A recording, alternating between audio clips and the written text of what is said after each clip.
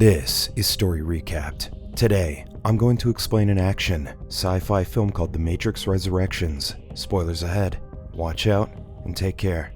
When Bugs, the captain of the hovercraft Nemesis, enters the Matrix, she notices a familiar code and takes a closer look. Inside a dilapidated building, a SWAT team arrives to apprehend a female hacker. As Bugs and Sek observe the woman fight the SWAT team from a corner, they realize that the incident happened before. They watch her flee to another building and recall that the same thing happened when Trinity contacted Neo, but they're puzzled when 3 agents arrive to capture her. Trinity was never apprehended in the stories they heard. Sek surmises that it must be a trap, so he advises Bugs to leave the Matrix. Before Bugs can flee, an agent arrives and attacks her. As Bugs fights back, they fall into the building where the other agents are arresting the hacker. Bugs jumps from the building to escape and hangs on a signboard to break her fall. Agents and cops continue to pursue her when she lands, so she runs to a key shop. While hiding under the counter, an agent suddenly grabs her from behind and drags her into another room.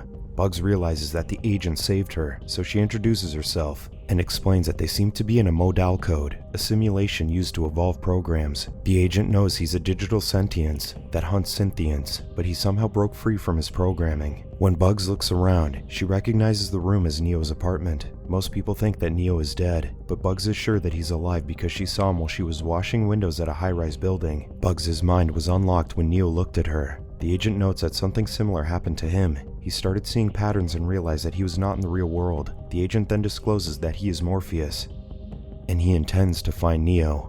Bugs shows him a red pill and a blue pill, but she points out that the choice between the two is an illusion, because Morpheus already knows what he has to do. When Morpheus swallows the red pill, Bugs tells him that they must go to the Lafayette building. As they look for a back door to the building, they end up back at the key shop where other agents are waiting. The agents pursue them as they flee to the other back doors, and when they reach the Lafayette, they jump from a window to exit the Matrix. In the studio of a game development company called Deus Machina, Thomas Anderson looks at the old code for his video game, The Matrix. Later, he and his colleague Jude go to a coffee shop where Thomas sees Tiffany, a married mother of 2. Jude notices that Tiffany captured Thomas's attention, so he introduces her to Thomas. When they shake hands, Tiffany asks if they've met before, so Thomas explains that he frequently visits the coffee shop. Soon, Tiffany's husband, Chad, arrives to fetch them. When he returns to the game studio, his business partner, Smith, informs him that their parent company wants to make a sequel to the Matrix trilogy. As Smith convinces him to develop the new game, Thomas hallucinates and sees Smith's lips fuse. The following day, Thomas visits his psychotherapist and reveals that he's feeling like he's living in a computer-generated reality. The therapist points out that Thomas has a powerful imagination because he survived an attempt to take his own life. He contends that Thomas's mind is only reacting out of fear of being forced to make another Matrix game. He assures him that his episode is a healthy demonstration of self-preservation. After the session, the therapist offers to renew the prescription for his pills. Thomas swallows a blue pill before attending a meeting to develop Matrix 4. Over the next few weeks, Thomas and the development team try to develop a new concept for the game. One day, Thomas sees Tiffany at the coffee shop again, so he offers to pay for her drink and chats with her. Tiffany reveals that she looked him up on the internet and she's heard of the Matrix before they met. When Tiffany asks if the game's main character was based on himself, Thomas acknowledges that he inserted his personality in the character. Tiffany reveals that she liked the character Trinity because they share a love for motorcycles. She once showed Chad a scene from the game and pointed out that she looked like Trinity, but Chad laughed. Tiffany confesses that she got angry at herself because she laughed along with him. While Thomas is working, he hears an alarm indicating that the building is being evacuated. When he leaves his office, he sees a message on his phone instructing him to go through the door at the end of the hall if he wants answers. Thomas goes to the bathroom thinking that Jude sent him the message, but Morpheus emerges from a cubicle and introduces himself. Thomas points out that he's just a character in his game, so Morpheus lets Thomas touch him to assure him that he's real. Morpheus offers him a red pill, but Thomas refuses because he still can't believe he's in the Matrix. Morpheus puts his hand through the mirror to show Thomas the exit to the Matrix, but Thomas is still skeptical. Thomas tries to run out of the bathroom, but a SWAT team arrives. As Morpheus deals with the SWAT team, Thomas storms out of the bathroom telling himself that he's hallucinating. Another SWAT team emerges to stop him, but a bomb explodes. Thomas hides behind a table as Morpheus engages the SWAT in a shootout. Smith soon arrives and picks up a gun. He starts shooting at Thomas after realizing that he used to be an agent. As Thomas evades Smith, he comes across a black cat. Smith eventually finds Thomas and points a gun at his head. Thomas suddenly recalls Smith shooting him in the head a long time ago. Before Smith could shoot, Thomas suddenly finds himself in the therapist's office. The therapist claims that he found Thomas outside his door when he heard the bell of his cat, déjà vu. The therapist reminds Thomas of when he tried jumping off the building and pointed out that he has made significant progress since then. When he asks Thomas what's triggering his episodes, Thomas discloses that Morpheus texted him. However, Thomas notes that it wasn't actually Morpheus, but a program for a model he created. The therapist convinces Thomas that he just incorporated elements of his life into his game to achieve his ambition to create a virtual environment indistinguishable from reality. He cautions Thomas against indulging in his fantasies because people can get hurt.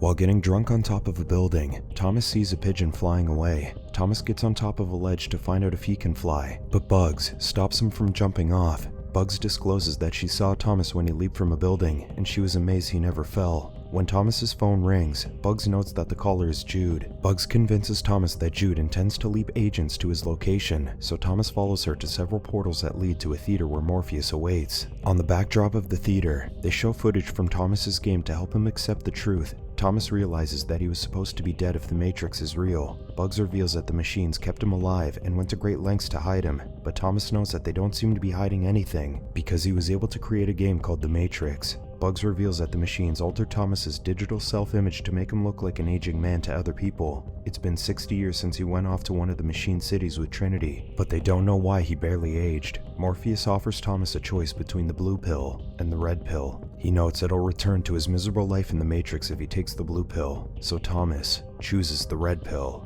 After swallowing the pill, Thomas touches the mirror. His therapist sees his hand going through the mirror on the other side, so he tells Thomas that he's going through a psychotic break. The therapist tries to pull Thomas to the other side, but Bugs grabs him. When a SWAT team arrives, Bugs and the crew lead Thomas to a portal that leads to a moving train in Japan. The group soon learns that some passengers are bots programmed to chase them, so they fight them off before heading to another portal. After dealing with the bots and the SWAT team, Bugs instructs Thomas to go through a small mirror on the wall. After going through the mirror, Thomas exits the Matrix as Neo and finds himself in a pod. He immediately notices Trinity in a pod nearby. Suddenly, a machine grabs him by the neck and detaches the wires attached to his body. Another machine takes him to the Nemesine. As his body goes into shock, the group connects his brain to the construct to keep him alive. Inside the virtual world, he reluctantly spars with Morpheus. Neo regains his martial arts skills as Morpheus taunts him. As Morpheus beats him up, he urges Neo to fight for his life if he wants to see Trinity again.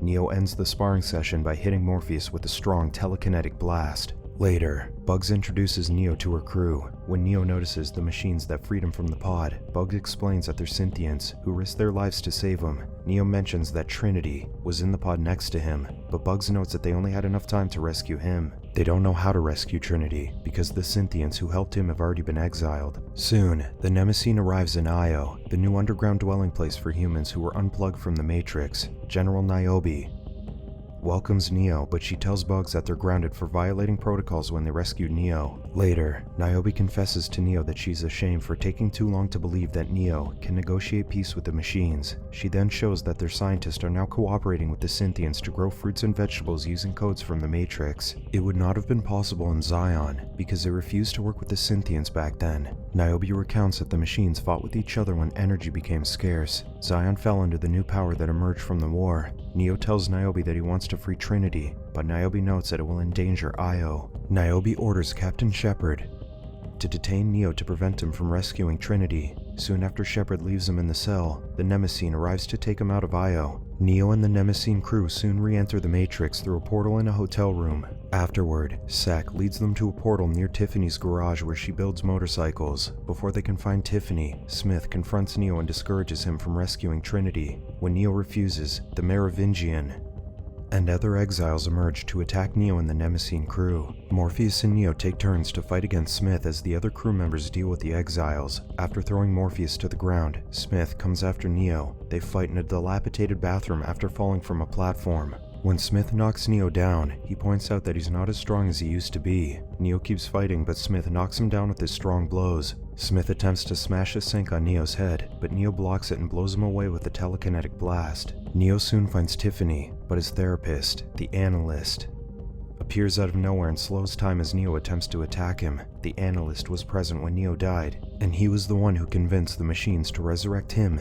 and Trinity. Neo and Trinity don't pose any threat to the Matrix when they're apart, but they're dangerous when they're together. The analyst discovered that he could keep humans docile by keeping Neo and Trinity near each other, but he must prevent them from getting too close. He then discloses that Tiffany's assistant, Kush, is one of his handlers and puts him in swarm mode. Kush then grabs a gun from a drawer and shoots Tiffany. Neo tries to intercept the bullet, but he can't move fast enough. The analyst urges Neo to return to the Matrix and catches the bullet before it reaches Tiffany. After leaving the Matrix, the crew discovers that Sentinels are after them, so they have no choice but to return to Io and face a court-martial. As Niobe scolds the crew, a Synthiant reports that Sati wants to meet with her and Neo. During the meeting, Sati, another exile, informs him that Neo's escape destabilized the Matrix. The machines have a failsafe to reset the Matrix to its previous version, but the analyst convinces him to wait because he knows Neo will come back if he threatens to kill Trinity. Neo decides to return to the Matrix and live as Thomas so that the analyst wouldn't kill Trinity, but Niobe sends him and other volunteers on a mission to rescue Trinity from her pod. The team soon embarks on the mission, and Morpheus sneaks past the Sentinels to reach Trinity's pod. Soon, Bugs arrives to connect her brain to implement the bypass and unplug Trinity's body while her mind remains in the Matrix. Trinity doesn't need to take the red pill, but she has to choose to leave the Matrix. Sati later reveals that she came up with the plan because she wanted to avenge her parents who were purged when the analyst took over the Matrix. Soon, Neo returns to the Matrix and confronts the analyst in the coffee shop.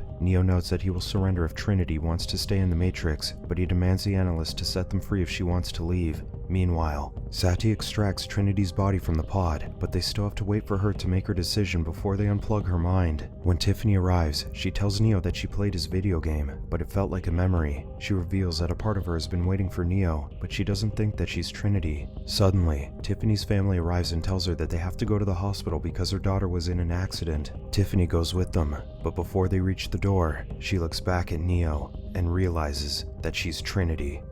Her husband suddenly switches into swarm mode, so Trinity attacks him. Neo releases a powerful wave of telekinetic energy to break free from the SWAT officers holding him down, but the analyst slows the time down and tells him that he won't let them escape.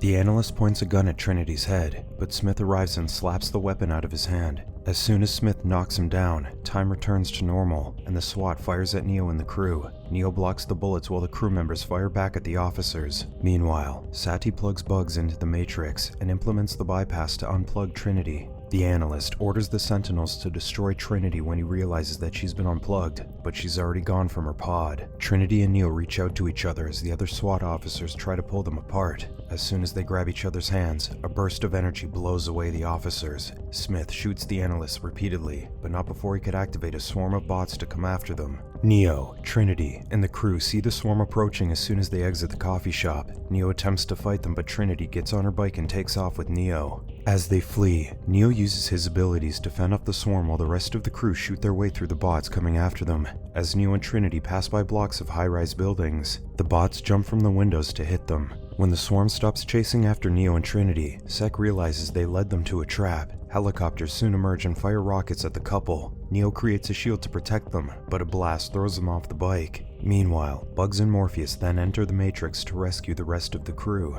Trinity and Neo soon flee to a building. A SWAT team arrives and shoots them while they wait for the elevator, so Neo blocks their bullets until they enter the lift. Upon reaching the roof, 2 helicopters start firing at them, so Trinity hides behind Neo as he fends off the projectiles with the shields. When a helicopter fires a rocket, Neo redirects it towards the other helicopter, but the resulting explosion knocks him out. When they regain consciousness, Trinity looks at the rising sun in awe and tells Neo that they can't return to their pods. Trinity and Neo jump off, holding on to each other as SWAT officers storm the roof. Neo almost plunges to the ground, but he hangs on to Trinity, who has gained the ability to fly. A helicopter soon approaches them, so Trinity leaves with Neo to find a way out of the Matrix. After being unplugged, Neo and Trinity see each other for the first time in reality since the resurrection. Trinity and Neo soon return to the Matrix to confront the analyst. After breaking down the house's walls, Trinity flies down and expresses her dismay about the name the analyst gave her. The analyst explains that it was an inside joke, but Trinity is not pleased, so she swiftly kicks him in the face. The analyst's face breaks due to the force, but Trinity snaps her fingers to return it to normal. Trinity then slashes the analyst's throat, only to bring him back to life. Neo asks the analyst if he tried to activate the failsafe. The analyst explains that the higher-ups tried, but they failed since they couldn't control the source codes for Neo and Trinity. The analyst surmises that they want to negotiate, so he warns them that they will soon return to their pods because people want the comfort of safety over freedom and empowerment. However, Neo and Trinity disclose that they came back not to negotiate, but to recreate the Matrix. Trinity notes that they just stopped by to thank the analyst for giving them another chance. Subscribe to watch more videos like this. Turn on notifications. And leave a like, it really helps the channel out. Thank you for watching.